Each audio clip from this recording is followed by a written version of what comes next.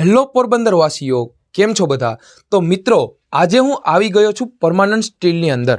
તો મિત્રો, અહીં મળે છે ઘરવખરી અને કરિયાવરને લગતી દરેક વસ્તુઓ, એ પણ એક જ જગ્યા પરથી.